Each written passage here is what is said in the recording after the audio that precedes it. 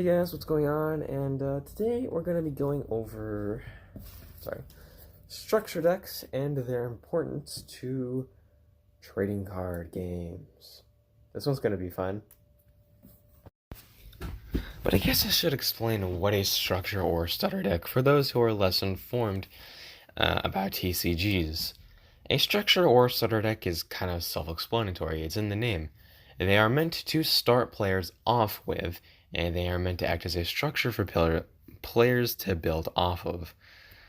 However, this does not mean that every structure or starter deck is exactly good.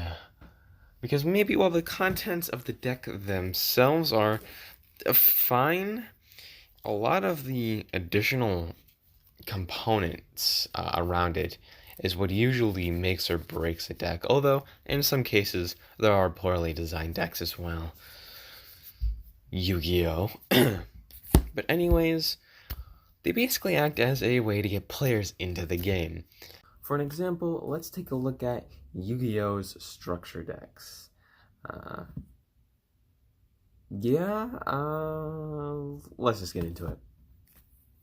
A Yu-Gi-Oh! Structure deck roughly contains around 60 cards, and usually contains an archetype with some new support on top of it to entice people to buy it. However, problems arise. And mainly, maybe these are just problems with the competitive aspect of the game, rather than, the casual aspect, and I will get into that a little bit later. Yu-Gi-Oh! Structure decks usually are... How do I put this? You gotta buy 3 of them. You have to buy 3. If you want 3 of all the new support, you have to buy 3. This is the common thing with Yu-Gi-Oh! Structure decks. You gotta buy 3, otherwise you don't get playset 3. Love you. Yeah. I don't think it's any stretch of the imagination that Yu-Gi-Oh! Is kind of infamous for having to buy 3 of their structure decks. Like, yes, I spent $10 on this. Guess I'll spend 30. I get that it's, and I'm not even sure why they do this other than for the casual player. That's like, because realistically what they could do is they could make a more constructed and better overall deck for, people with, playset 3 of some. But maybe for someone who's just getting into the game, maybe it will be confusing to them why there's playset 3 of this card, but there's not playset 3 of, say, Awakening of the Sacred Beasts. This is not to say that there aren't any merits to this kind of structure deck design. For example, there are cards like Trajodia, Interdimensional Kaijus, Mystical Space Typhoon, Set Rotation, Danger Chupacabra, Pot of Desires, Terraforming. These are all cards that have seen competitive play throughout Yu-Gi-Oh's history at some point. But then there are also cards like... Okay, it's okay, I guess. What? Alright, I guess they're fiends. That's a Yami Bakura card. Why are you even here? This is commonly the biggest problem with Yu-Gi-Oh! Structure decks, because while there is a handful of cards that are useful, there are another handful that aren't useful. In fact, some of them are downright unusable. Like, seriously, why did you put Rainbow Dark Dragon in there? But at this point, you're probably wondering, well, what is good structure deck design then? And, if Yu-Gi-Oh! Is possibly not a good example, again, I don't know, maybe.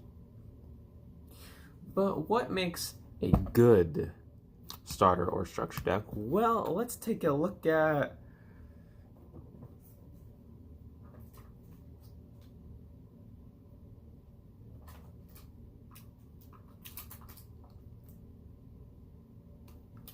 Cardfight Vanguard to find that out. A Vanguard starter deck usually contains at least 2 copies of every card, and is usually the maximum deck limit, which is 50 cards. No more, no less. Now, granted, Vanguard is not a perfect design. While every Vanguard's deck for Overdress does come with a playmat, it's only the most recent one, number 6, that actually came with a guide on how to play the game. Ooh yeah, Radakai, one of the worst card games ever made.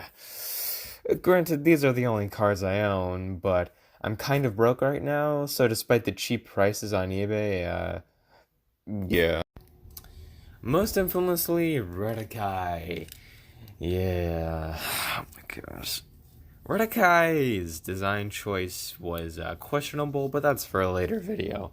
Really what I want to focus on is how it charged $18 for its starter decks. Now that's already a pretty extravagant price, so if you're pricing them at that range, you better have some good stuff in them. What?